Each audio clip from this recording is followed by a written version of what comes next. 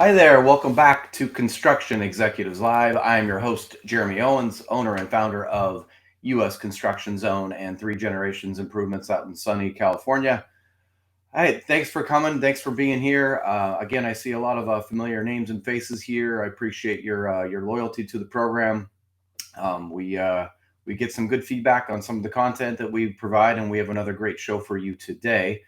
I wanted to let you know of a couple quick things here. One, if you want to check out the previous live shows, go to usconstructionzone.com, drop down to the In the Zone section, and you'll see Construction Executives Live there. We have all the past ones up now, as well as our podcast that has some new shows as well. So go to the podcast section if you want to digest that content as well. So again, thank you for being here. We have a new sponsor for the show today. It's sponsored by the great team at build12.com. And if you want to automate your construction business into a revenue generating machine, check out the Build 12 system. Again, build12.com. They have free demos. Tell them that you know me. I just got linked up with them, and I'm using it for my remodeling business, Three Generations Improvements. And I'm just getting my feet wet with it, but it is robust. It's cool. I can't wait for all the time it's going to save me. And I'm really looking forward to saving some money on getting rid of some of the other programs as well. So, again, build12.com. Thank you guys for your sponsorship. Okay, our show today is titled How to Use Technology to Lower Stress and Tension. Last week, we talked about preserving the old school wisdom of pride and work ethic in the construction industry. And now we want to talk about how do we use technology to lower the ever-present stress and tension that exists in our industry. Today, you will learn some valuable tools that will help you take back to your team and hopefully apply right away. Because I know I'm one of them. There's just a lot coming at us in the construction industry. There's always tension and stress, and kind of like using Build 12, trying to figure out what technology to adopt and what to kind of sit and wait. So today we have a very special guest, and I want to introduce him now. His name is Michael Pink, and he has been the Chief Executive Officer of Smart PM since 2017. Prior to founding Smart PM, Michael spent nearly 20 years in the construction industry providing analytics to assist in project controls, risk management, dispute avoidance resolution services on all different types of construction projects and across the globe. So he's a certified cost engineer through AACE International and is also a licensed as a certified planning and schedule professional through the same organization. He holds an MBA from the NYU Stern School of Business and is a graduate of the Georgia Institute of Technology. Please help me welcome Michael Pink. Michael, thank you for being here. Hey, thank you so much for having me today. Yeah, totally. I'm looking forward to this content. It's funny. It's just like I don't know. It's such a fitting time for this content because I know a lot of us in construction are getting just thrown, different technologies. It's coming at us fast and furious these days. So trying to figure out what to adopt and what to take our time with. Hopefully, you can help us with today. Absolutely. Yeah, I would love to give you my insights. Sure, sure. So tell me a little bit about your 20-year career in construction and kind of when you knew that construction was going to be the industry for you. Sure. So as you mentioned, I went to Georgia Tech and I graduated. I didn't do a civil engineering degree. I didn't do the building construction major. I actually was an industrial engineer, which is somebody who does process improvement and efficiency gain and optimization. And Mm, I wasn't thinking about construction. I ended up getting a job to make some money in college for a contractor, and I was sort of helping out at their office with the PMs and the supers, and getting estimates out and running them down to City Hall for bids and doing payment apps and just driving mm, things to and from the sites, and that became something on my resume. gotcha. When I graduated, I was looking for different types of jobs that an industrial engineer might get in, mainly things like logistics or supply chain, manufacturing, facilities improvement, all of that stuff. But the job that really the best offer I got was at KPMG with their construction Solutions Division, which is Okay. more of a construction consulting job, where they did a lot of dispute work as well as investigative work, and then also some risk management type work. And I took the job because it was actually in New York, and I wanted to move to New York, and Okay. I wasn't sold on construction. I was like, good offer, good company. Sure. I'll see what we got here, and I'll see how Mhm. it works out. And I got into the work. Right. I got lucky enough to get to be involved in, some pretty large scale construction projects for various reasons. Whether it was doing a forensic analysis on a disputed project that had taken too long and gone over budget, or getting involved in a situation where there was fraud. Or being involved in the World Trade Center cleanup, things like that, auditing, making sure that they were not overspending or overbilling, or, Right. the right processes and controls were set up. So I got some really interesting experience. And, once I went to get my business degree, I still wasn't sold on whether or not I'd be in construction, but that sort of pushed me off into a path of wanting to start my own business, and taking all the experience I had, both from understanding construction, being a Right. part of that industry in many different facets of it. Yeah. You become part of construction, and my background in adding efficiencies, I had seen problems, and now I was merging these two worlds of being able to solve problems and add efficiencies and optimize an industry with all this relevant experience of how things fail. Yeah. So that is when I decided this is what I'm going to be a part of. I am part of construction now. I've been spent too much time here to leave it, and Yeah. there's so much work to do. Yeah. No, you're right. I mean, yeah, it seems like your degree and your background really fit you well for what you're doing now. I mean, obviously you got to be analytical. Your brain's always working and thinking about, ways to improve. And yeah, but also I'm sure you're not immune to the stress and tension of the construction industry. So what's your experience in that? I mean, we all have it, right? Yeah, yeah. Well, my first experience was, I'm getting involved. I'm sort of a fish out of water in this industry. When I was young, like right out of college, I'm getting dropped off in these, office buildings to go dig through data and paperwork to go do these analyses for these things that could be a claim or a delay, a dispute, or a procedural review where you can improve things. What I noticed was, it was interesting. It seemed like there was this tension in the office always. And that sort of piqued my interest, as a matter of fact. Like, why are these people sort of angry? Why does everybody seem so annoyed? Yeah. Mm-hmm. There was stress, right? And Yeah. then you'd go to like a trade show. That was where it became even more evident. Like, I saw this, and I was living in New York. So was it New York? Was it New York construction? But now I'm going all over the country, and you start to Right. see these similar personas Mm-hmm. in the trailers, in the offices, where there's tension, there's a toughness too, and a very direct attitude to get through things, and you start to wonder, is this isn't what other industries are like. Right. If you're involved in doing it's not how my office at KPMG was, and they were working on all different types of industries. We were consultants, right? And then we as consultants started having this little persona and this little group of how we acted differently from the rest of the people in the office working in Yeah. different types of projects. And then going to trade shows, you start realizing that there's a broad, persona here of some sort of, frustration Yeah. in the world of construction, where people don't want to talk to you. They don't want to make eye contact. And, it's not like a happy, trade show or a happy conference. It's, let's learn stuff. Let's get to work. Let's get back Yeah. to the office. We've got things to do. And Right. then one of the most interesting things that ever happened was when my first boss at KPMG, he was pretty much the most abrasive person in the office. And that was very well known. And we were sitting down one day, and, I kind of had a little bit of an attitude too. And he was reaming me out for something. And I asked him, I was like, why are you so angry? And he said these words. He goes, I wasn't this way until I worked in construction. Before construction, I wasn't this way. I was a different person.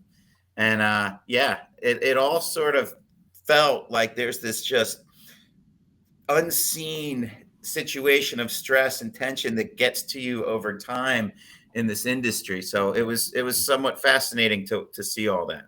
Yeah, and my my viewers know that I talk about mental health a lot, and I talk about the stress levels of our industry, and there's no secret now that we're ranked number 2 still in suicide rates, and we're really high in substance abuse rates. Why do you think we have that problem in the industry? I have a lot of thoughts there. First of all, I mean, I go back to just construction's hard, right? Hmm. Construction is a lot of moving parts, Yeah. especially on the bigger the project or the more projects you're working on. There's all these different moving parts that need to always come together. It's literally trying to manage something very big with all these different things happening and all this disruption that's occurring, but you still have to get things done on time and on budget. That is your goal in life in construction, is to get things done on time and on budget, with things coming from all over the country or all over the world, different resources, some showing up, some not, change orders happening. Yeah. It's complex. But throw on top of that you've agreed to do something for a certain price, and it's a competitive price before you've even done anything. Right. And then you have to pull together the teams and actually deliver in a world that's just very much disrupted, with all the different moving parts. And then on top of that all, we as humans have this thing called planning fallacy, where we generally, when somebody asks us a question like, how long is it going to take you to get to the store today? Or when are you going to meet me to go see that movie? And you Mm. say, I can get there in 15 minutes. We're all wired to think best case scenario. Like, oh, yeah, it'll take me 15 minutes to get there if everything goes my way. But we don't Right. say those words. Yeah. And Huh. nothing goes your way. And when you build out a plan in construction, we're wired to think of the best case scenario. Like, we should get the drywall up on that floor in 5 days.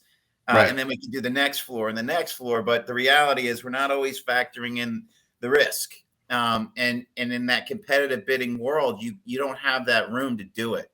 So it creates this environment that's difficult, Yeah. and very hard to deliver upon, if you want to win the job, and you want to also prove that you can be the best at what you do. The Yeah. reality is, you're coming up with a budget that's best case scenario and a schedule that's best case scenario in a world that's not really going to be the best case scenario. And that, to me, is the root of it all. Yeah, yeah, so true. And then you have, like you talked about, you have those bosses and managers that are abrasive, and that doesn't help. You go to work and you're already stressed with this on time, on budget efficiency stuff, and then you have someone barking at you. Man, it just seems like there's just a lot that can pile on you. I know that you have a lot of experience in the risk management side of our industry. You know, is our industry very high with legal issues and risk assessment? I mean, I'm assuming so, Yeah. but that obviously has to contribute to these stress levels, right? Oh, yeah, absolutely. I mean, if you think about it from the get-go, usually most projects are over budget or late. I mean, we're talking 70, 80%. Those types of numbers of projects that finish late and or over budget.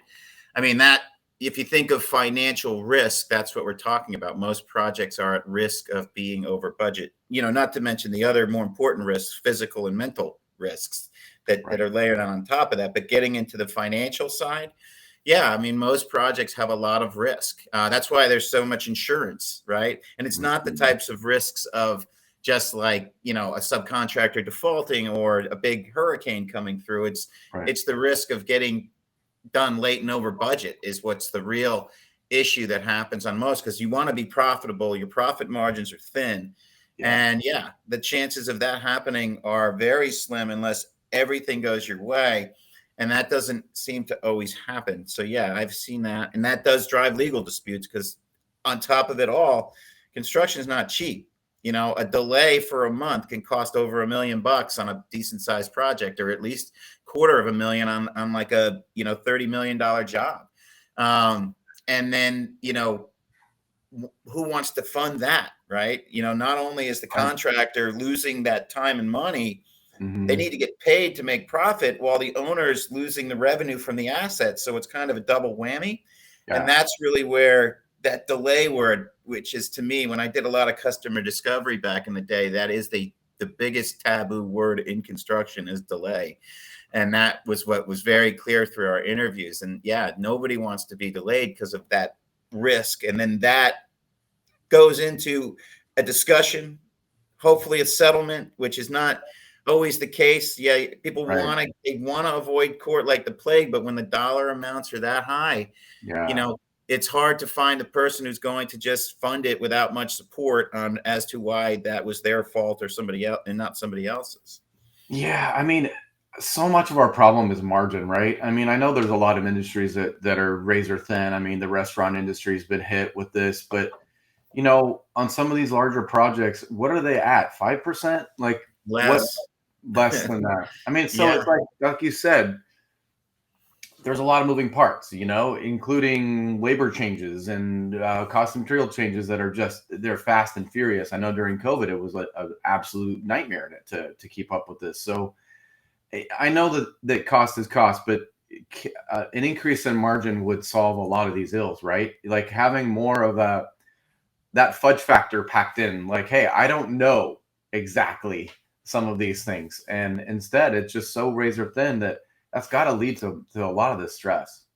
Oh, I agree 100%. Yeah, if you had some sort of ability in all your contracts to have some wiggle room, which in a lot of cases we call contingency, but still throw back in there the company that says, I want to win this job and I'm going to give myself less wiggle room, right? Yeah. And then that creates that environment of competitive bidding that starts the process off wrong because somebody's going to need to come in lower if they want to win. Who's making the most concessions? And we, again, as humans, aren't just looking at the company and saying, well, I know they're the cheapest, but these guys are the best. Let's pay a few extra $1 million for it. That cost, that minimum cost always creeps in and is always a consideration. And you really got to understand at the estimating, from the estimating level, which ones are achievable and which ones aren't. But when you sign that contract, you're signing it up and saying, this is what's going to happen. And this is what I've agreed to, which give the owners, a safety net really to a point. So it's a bit of a difficult situation we're in here. Yeah, no. And I kind of described this earlier. Like I'm fully struggling with this paralysis with technology. I happen to get hit up probably more than others just because of my network with what's available in technology. But, I guess starting with the negative side, how can technology not help our businesses and potentially maybe even lead to more stress for us? Absolutely. Yeah. It's funny because now that I'm in this world and I didn't, last year we noticed something was going on with how we were selling. Like some things weren't moving as quickly for a period of time after 2021 where we were selling very, very well. What I realized was last year a fever pitch of technology occurred. Like I looked at some document that showed all the technologies. I mean, there's literally easily 500 technologies out there that you can, probably over 1,000 now, just for commercial construction, bucketed into like 6 or 7 categories where, you're getting inundated by these people. Everybody in your company is hearing about this technology and why it's valuable, that technology and how that's going to make, solve this problem or that problem or this problem. Yeah. It all boils down to cost. It all boils down to efficiency gain. So you are paralyzed by trying to understand that. I mean, that to me, and then once you start rolling out 20 or 30 technologies, the people in the field are inundated. They're, trying to learn all those different things all at once, and then trying this one and then trying that one on this job and, deploying this one over here or these ones on those projects. I mean, that's what's happening. And it's because in my mind, there are so many people who are hearing about these things and so many opportunities to sell these things that nobody's really understanding, well, what exactly do we really need? And how do they all fit together and have essentially a conductor of an orchestra pull that together? I mean, IT's inundated, and I can't tell you how many times we were told, we'd love your product, but we're trying out 17 different ones right now. We're going to have to wait until we deploy these ones. And that's fine. I get it.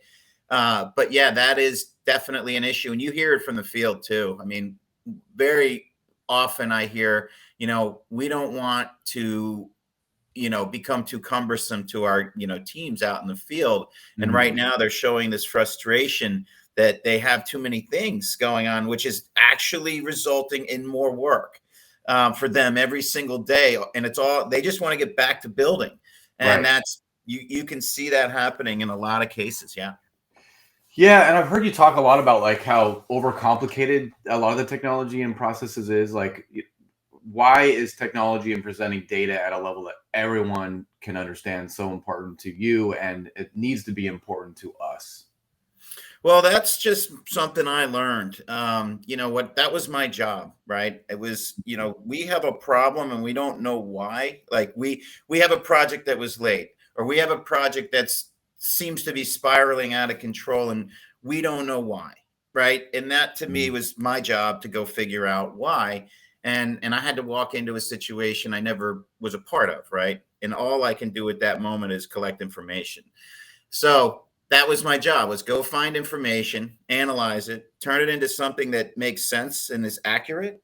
And Right. then it speaks to the people around you to really understand, well, what's this picture here? What does all this really mean? Mhm. What happened and what do we do about that? You can't understand, or you can't think about what to do about that until everybody actually sees the same thing. Yeah. And that's really, to me, was the opportunity for us. Was there's data sets out there. Understanding that data is imperative. If you don't have that information and you're not studying that information, or you do have it and you're not studying it, Right. you don't really see the forest through the trees on these jobs, because our brains can't Mhm. comprehend a construction project without drilling it down to a level of understanding that multiple people from multiple different vantage points can Right. communicate to each other about. Right. It seems like we're on that. Obviously, we're at that digital age for us where the old school had none of it, like literally pen and paper. And then a lot of even the field workers have had nothing but their tool belts. So it's like we're at this time where they have to learn something brand new. I mean, not even something new to them for the industry, but new to them personally. Like personally, they're not technology rich either. So it seems like we need some time, to get through this little area of like growth until we're able to start to understand some of these and which ones to adopt and which ones maybe are not going to be good for your team. Yeah, I agree 100%. Yeah. It will take time. It has taken time. I think one of the most interesting points in time, which we can't discount, because a lot of people had asked early on in my time, was, what do you think spawned this digital revolution, this technology revolution? And, Yeah. technology was available 40 years ago, scheduling softwares, accounting Sure. softwares, Sure. a lot of that was available. Um, the issue that I think was most important to the industry to ultimately result in this revolution was the mobile technology and the cloud technology, being able to connect the site teams to the home office, being able to feed data to and from through network technology, cloud technology, and mobile tech. Because prior to that, if you think about a construction business, or even just the owner's side, you had your headquarters and then you had all these little projects all over the place with not too Mhm. much ability to communicate and Right. feed data, or automate processes through these tools that you can put in your hand or on a computer, which can be fed back into a server or the Right. cloud. That to me was the game changer here. But now all of these other technologies are sort of booming right now. And yes, Mhm. in order for it to work, it's going to take time. And yes, these things are all going to have to fit together like puzzle pieces. Right now, it's like a million puzzle pieces that aren't stuck together yet, but Right. slowly and surely they need to get stitched together for this to fully optimize this industry, which it can do. Yeah, yeah, so true. And you think a lot of these startup companies like took COVID as a time to to introduce it. Like maybe it was an idea and they're like, oh shit, we're kind of sitting for a little while here. And then they started to develop it. Like, cause it seemed like there was a big push, during COVID, especially out of COVID. It was like, boom, we just hit with it all at one time. You think people were doing that? We were a little bit ahead of that. It's an interesting thought. I do know that when COVID happened, the lack of ability to get to the site, or the Right. uncertainty about the conditions of the site, or the uncertainty about the industry as a whole, was Right. something. And you saw technology in that year, in like 2020 into 2021, Yeah. the valuations for technologies went through the roof. And I would think that part of that, when you saw like Zoom and Netflix and all these Yeah. technologies, Peloton, and Yeah. um, all of them were blowing up, as well as there's Hmm. this buzz in the construction industry. All the VCs are going, this is the next big industry to really try to invest in. I think that that pushed a lot of people with ideas and the time that they might have had to go after that, because they were sitting at home in a lot Right. of cases, and had some extra time on their hands. Right. I think, and all the buzz about construction tech and all the valuations going up, I do think that that played into it. Yeah, no, you're right. And when we're looking at these technologies that can increase our efficiencies, lower our stress, what are some things that we should be looking for as an industry? And I know that obviously we're all in different things. We're in remodeling, we're in commercial, because we're all in these different things. But Mhm. maybe to dumb it down, and like what are we looking for exactly? Is it as Well, simple as efficiencies or replacing people or time? Like, what are we looking for? yeah, I think number one, I mean, let's not get into what does it do, Yeah, because I'm sure a lot of them do things. sure. No, they all do things for you. But the question is, number one, is does this align with the process I currently, have, Sure. right? Yeah. How Yeah. in alignment with how I do business does this technology really align? And that's important, because change management is a huge challenge in construction. I mean, especially because people are all over the place doing their things a little bit differently, but at least as it relates to a process that is consistent across your business, does this Mhm. technology align with it, and does it add value to that process? Does it save me time? Yeah. The other thing is this a pain? Is this a pain point for me? Yeah. uh, if it's not a pain point, then why do it? Like, even if you're asking, superintendents to log more data into their phone so that you can have better, you know, daily reported information that's digitized, so you can analyze. If it doesn't align with making their day better, it's going to be a hard ask to get them to actually do it. Right. So you'd rather have like a drone come collect that information. So that, Right. what does it automate, right? Right. Does it align with the persona of the person using it, and does it make their life easier? The other thing is, how well does it connect and fit into that, the rest of the systems that we're doing? Is it a perfect puzzle piece to the overall puzzle, or is there a lot of overlap? And how much overlap is there? You want to avoid doing double work. People on the site don't want to do double work. And if you have two systems that sort of have overlap, so they have to do things twice, it's not going to work out. Right. Does it promote collaboration? Right? Does this give me information that we can talk about, and it's accurate enough to Mm. make decisions on? Yeah. Um, and the other thing is, does this company that we're going to be working with understand this industry? Right? A lot of these technologies, there's not necessarily people who worked in the industry. I mean, it was a buzz to get into construction technology, and there's people out there that are building products that didn't actually live it. And Mhm. how is their customer success team? What's the implementation like? Is it going to be non-invasive? Does it sit on top of something we're doing? Right. All these different things that you need to think about. One of the most important things is also, thinking about not just winging it. The more I see companies that are actually being thoughtful, and putting a task force together, or even an innovation team Yeah. to look at the big picture of all the technologies, and also thoroughly understand their business and figure out how to stitch them all together to for the greater good of the business, is really the ones that are most successful. Yeah. I mean, the one I'm concerned about the most is the collaboration piece, because, some technology can push us apart, where it's like, instead of reporting to me, then now you're going to report to this thing.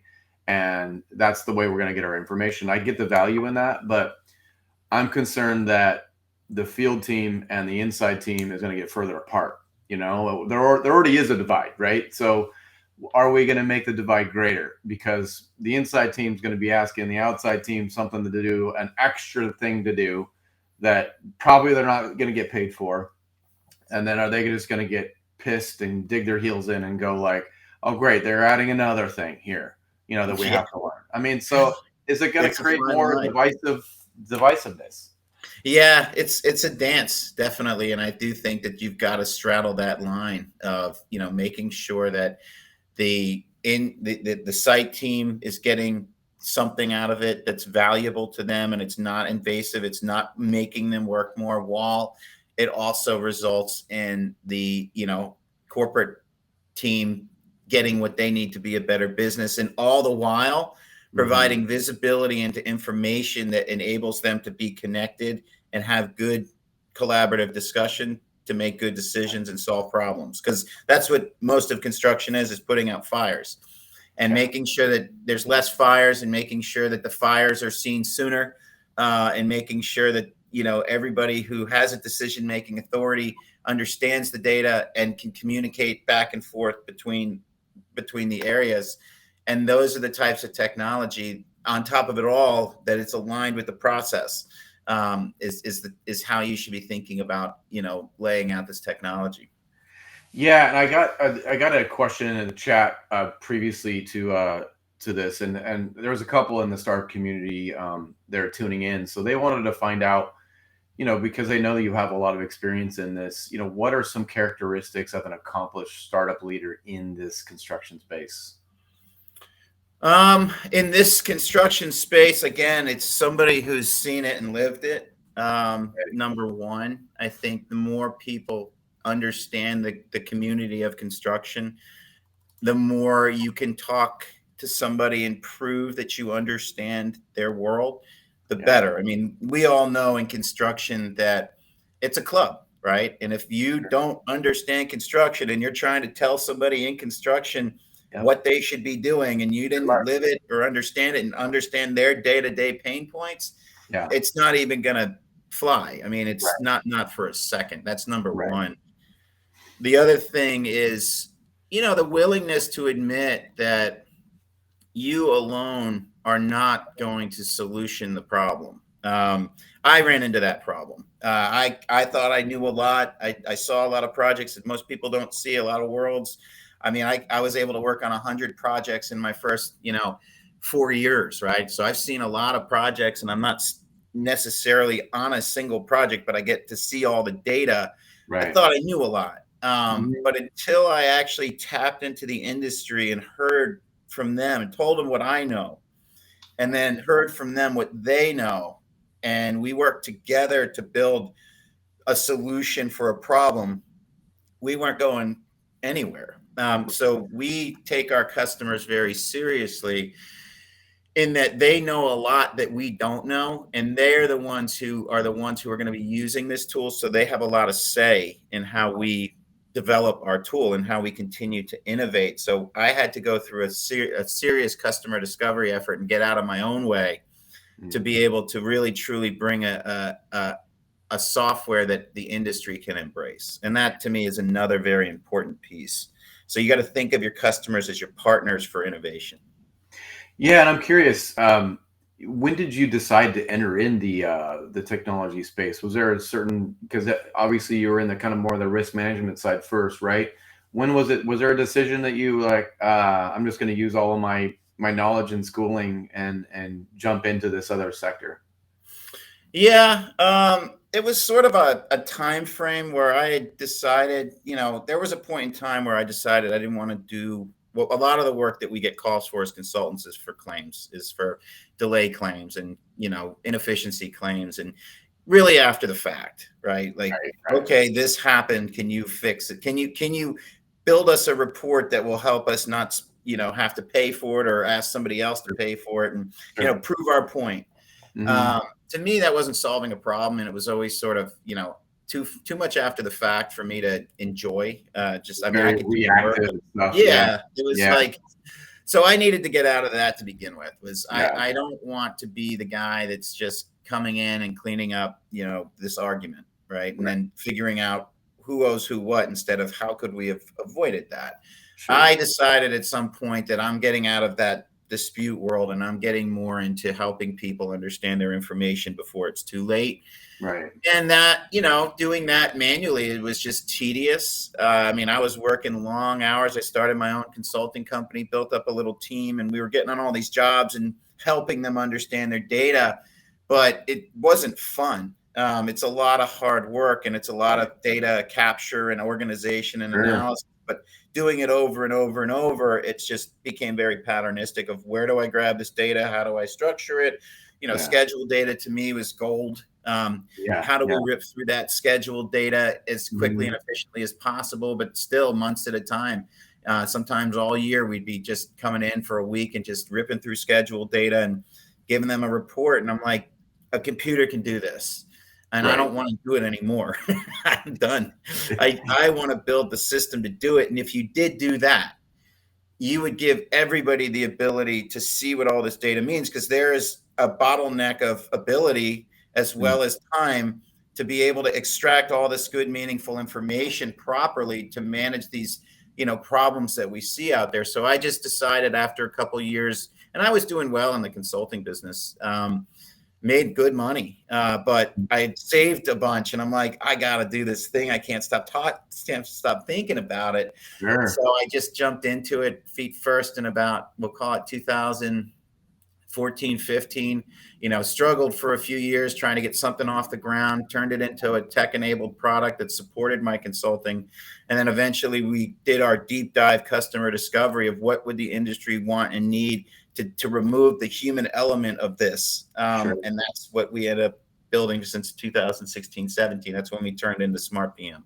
Got it. And I've heard you talk about this forensic schedule analysis. Yeah. Was that kind of what you were doing during that period, like trying to figure out all this analyzing data, and like it's probably coming at you fast and furious?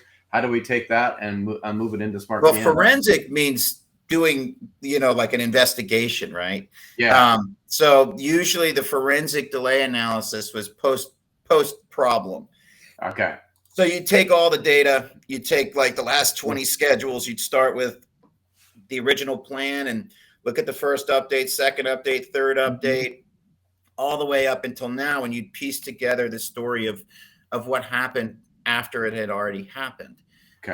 And doing that, to really usually support a court case, was what that was all about. And there was usually at that point you'd be sitting in an office for months, and then you'd have to pull it into a story that was accurate, and then put it into a level that people could understand and write this really long report that was disputed by the other side, and they had another person doing the same thing, but pulling on these strings to make the story sound a little bit more advantageous to one side versus the other. And that's what I did a lot of early on, and even into my after a decade I was still doing that. But to me it was still part of the problem, because we can argue to the nth degree on this data, and that's you end up spending time on somebody to argue something to the nth degree for months, and that pushes it into court. It spikes emotion.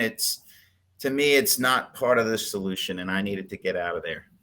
Yeah, and describing the scheduling nightmare that is our industry to other people in other industries, they really don't have any idea the balls in the air, the changes, the rapidness of our industry.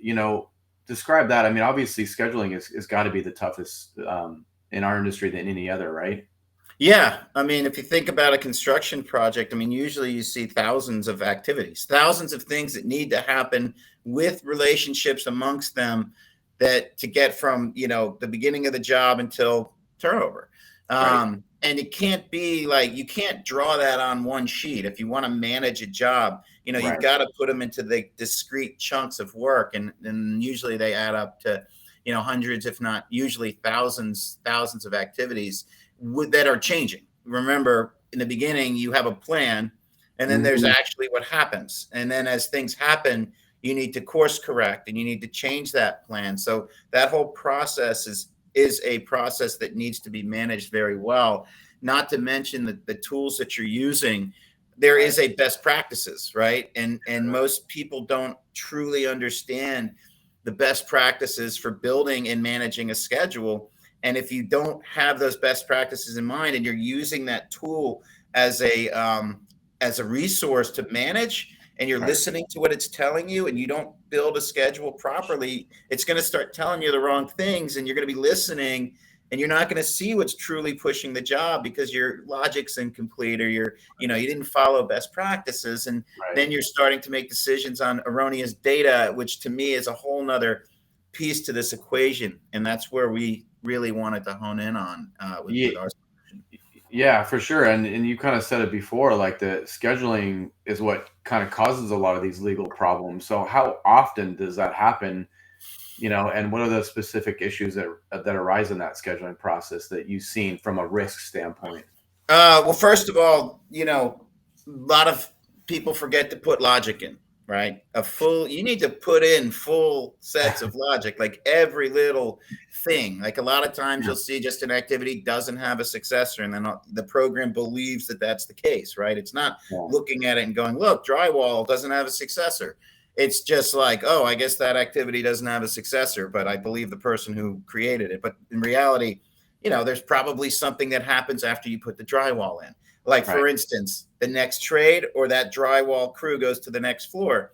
We see that a lot of times people forget to put in crew logic, or they have durations that are too long, that are difficult to actually, accurately progress from a percent complete standpoint, or they are putting in too many constraints, or they're, stacking trades. There's all different little things that you can analyze, or they're just updating too, haphazardly, and they're forgetting to put in percent completes, or they're saying that an activity, started in the future. There's all these little mistakes that are made that will throw off the data. That's number one.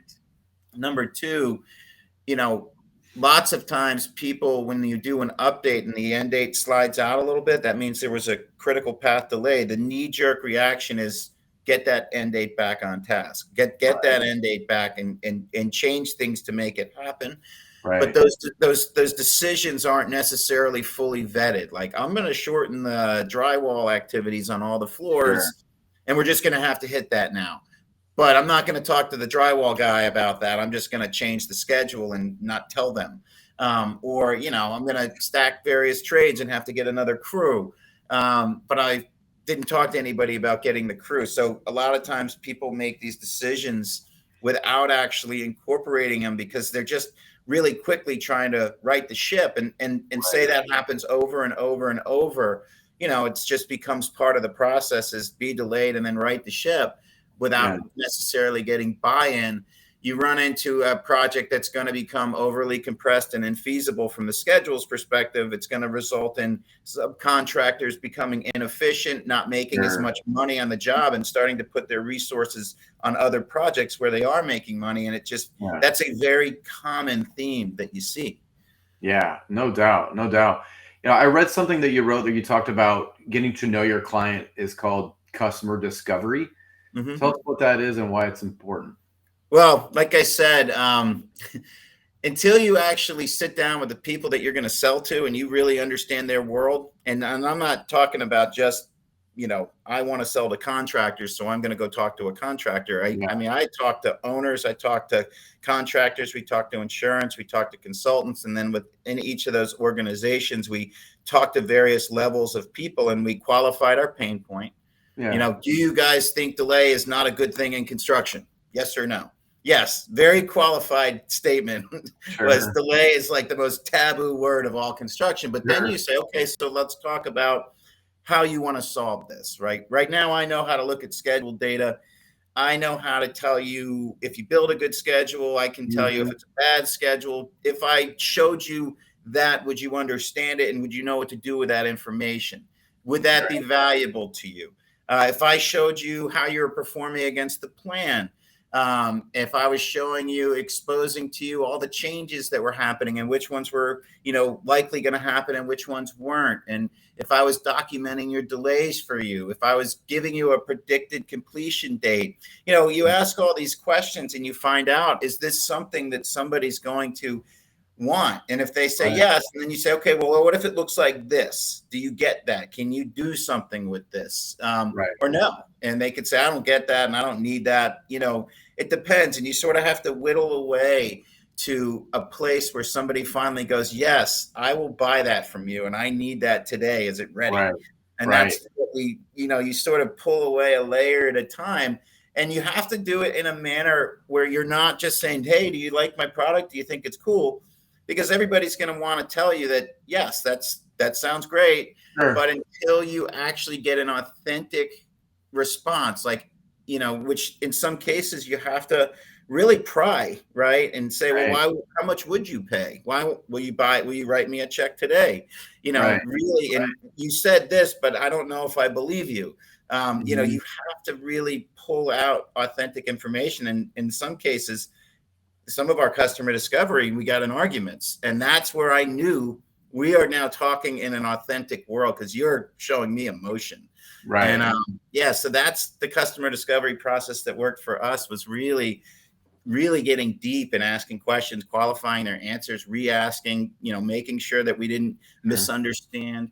And then even in some cases, challenging them on their response. Gotcha. Yeah, and your software, Smart PM, it doesn't create schedules, but rather identifies the potential trouble spots. Can you provide a little bit more details on how that works? Yeah, so like I said, the scheduling process is a process that exists, and we weren't coming in to say, hey, you need to do it this way now. Right. Right. You have a process, you have that data. You may not be managing that process as well as you could, but at the end of the day, you bought the software and you have people that manage it. Sure. We don't want to change that. So we want to sit on that. We want to sit on top of that, and we want to make sure you do that as well as you can. Right. Which in some cases, it may require that they have to learn a little bit through the process, but it's not really invasive, because we're literally pulling up metrics and saying, hey, here's where your schedule might not be constructed well. Right. And if you don't construct it well, it's going to tell you the wrong things. So these are the things you need to fix. So yes, they can go back and fix that. But then once you have that schedule that we call of good quality, you can start to see what all the data really means as it relates to progress and performance. So instead of just looking at a Gantt chart and trying to, understand all these different things, we pull it up to a level that actually makes sense, in like a one-shot graphic of progress versus performance, as well as starting to document delay issues, as well as highlighting changes that are generally misleading or potentially infeasible, looking at compression, forecasting end dates, so that, that old adage of being in a trailer and saying, I don't think we're going to get done on time, or I think this is what's delaying our job, or I think this is what the true critical path is. Usually it's an opinionated question that's disputable, but once you start throwing our analytics into the middle of those discussions, you can't ignore that. And they become the centerpiece of that discussion, so people can get on the same page and not have the whole, this is my opinion versus your opinion. This is what the data says too. Right. So true, man. God, everyone needs it, right? Besides, assuming that you get the schedule in line with one of your clients, what other features or benefits do you provide? You talk about money savings. Obviously, productivity is an obvious one, but is there anything else that you talk about with them? Yeah, I mean, it's as simple as this. Our mission as a business was to help keep projects on budget and on track and out of court. So keeping them on budget and on track saves that risk that we talk about. The average project's 10% over budget or whatever it may be. A month at a time could be several $100,000, if not $1 million, and in some cases, tens of $1 million. Liquidated damages to the owner can cost $10,000 a day. So every single day that you save of time is a lot, is potentially a lot of money. So that's really where we want to start, is making sure that you're set up for success to keep your projects on track and on budget. But then out of court, there's the lawyer fees, there's the consulting fees. And then there's also people that actually do have professionals in their organization and consultants that are doing analytics to manage those things, we're automating all these analytics that they would even pay to, say, a proactive consultant. So Sure. eliminating consultant fees or eliminating, time necessary from, project controls resources is a whole nother area where we, add value. Gotcha. And if someone wants to take a look at your platform, what does that process look like? Is it a demo, or what does it look like? Yeah, no, we do. Well, generally, we do a demonstration. Usually what happens is we'll hop on a call. We'll talk a little bit about who we are, what we do. Then we'll show you the product. And the next phase is usually, send us your data. Give me a project that you're worried about. Let's get it in here. Let's take a look at your data on your project and see what we can tell you about this situation that you may be in. Or, I usually ask for a project that keeps you up at night. Let's look at the data and let's figure out if there's things we can help you with now. Just from looking at the data, if you buy the product or not, you can at least learn something. Sure. And then we do a free trial. So a free trial we do for about 2 months. So most people, will decide, do I want to move forward? Now, the free trial does come with a commitment that you're going to show up to the meetings and you are going to, apply it to your business on a certain number of projects. But we give you the ability to, opt out after 2 months if you want. So if you decide you want to move forward at that point, you're literally just going to move forward with the agreement that we put in place. And usually people end up moving forward and actually expanding the usage after that 2-month period. But we don't want people to think that, they have to make a decision without using our product and seeing that value before. Yeah, and how important is that ongoing training, right? We talked about that, with the field, and obviously there's a lot of data that you guys are trying to collect. That's got to be the most critical part, because just implementing it is great, but like that ongoing training and make sure people are using it the right way has got to be key. Absolutely, yeah. We take customer success very seriously, and we actually have people. Our customer success team is a lot of people that did what I did and wanted to get into technology as well. So they wanted to be part of the solution, but have this vast knowledge about schedule analytics and scheduling and data and, looking at projects at different points in time and understanding quality, risk, delays, all of those sorts of things. So, yeah, we have a pretty good process that, usually I think every company that signs up, we usually spend about 10 or 12 hours on the implementation. So, a couple hours a month. And then if they want to continue to have somebody from our team meeting with them, hour or two a month, sometimes they'll purchase a few extra hours. So some companies might need additional handholding. But if you're thinking about a company that has resources that do project controls manually for the last 20 years, they usually just run with it. We teach them how to turn this thing on and they're just off to the races. But then you get like a mid-market GC that never doesn't understand if they're very good at scheduling. And if they need help there, we have a CPM boot camp. And then once they get to that level of understanding, they then have a gauge on keeping quality schedules. And then they start to learn about performance management and risk and delay analysis. And we will hold their hands for as long as they need until they're ready to sort of go to that next stage and do it on their own. But our goal, and what I tell our customer success team is, we need to ensure that they are going to get the value they signed up for come hell or high water. And that's how we operate. Yeah, I mean, ongoing learning has got to be one of the most vital parts of our industry, and it seems like you're providing that in spades, right? I mean, whether they use your platform or not, they're going to gain so much knowledge about this scheduling nightmare that is just part of our industry. We gotta learn and embrace it, right? It's part of it. We can't just ignore it, right? And that's what's getting people into trouble. Yeah, we've actually built out a learning management system now that does our CPM boot camp. My goal a couple of years ago was, okay, for companies that don't necessarily understand scheduling, they're never going to be successful with our tool. So we need to learn how to teach people in a day and a half of scheduling. So we created a course which we call our boot camp for, we'll meet with a team of PMs and supers, and we'll teach them in a day and a half how to be good schedulers. Right. And then we took that and put it online because nothing actually exists. You'll see how to turn Microsoft Project on and how to use it, but it doesn't teach you like how does this program really function, and how does it support your job, and how do you do it well, and what are the risks if you don't? And really layer in sort of the pain points that they felt for a long time. So we start there, and we have this extensive knowledge base that you can tap into as well as part of our system, where you can learn about all sorts of things. Right on. What's the best way for people to get in touch with you? Well, I would say the best way is to reach out to me on LinkedIn if you want, Okay. or you can go to our website, www.smartpmtech.com, Okay. TECH.com, Okay. and request a demo. Okay. But yeah, always reach out to me on LinkedIn, or you can email me at mpink@smartpmtech.com. I'm happy to discuss any and all of this stuff. Awesome. Thank you so much for being here, Michael. You're a smart man. We need more of you in our industry. So I appreciate you being here and sharing your knowledge with us.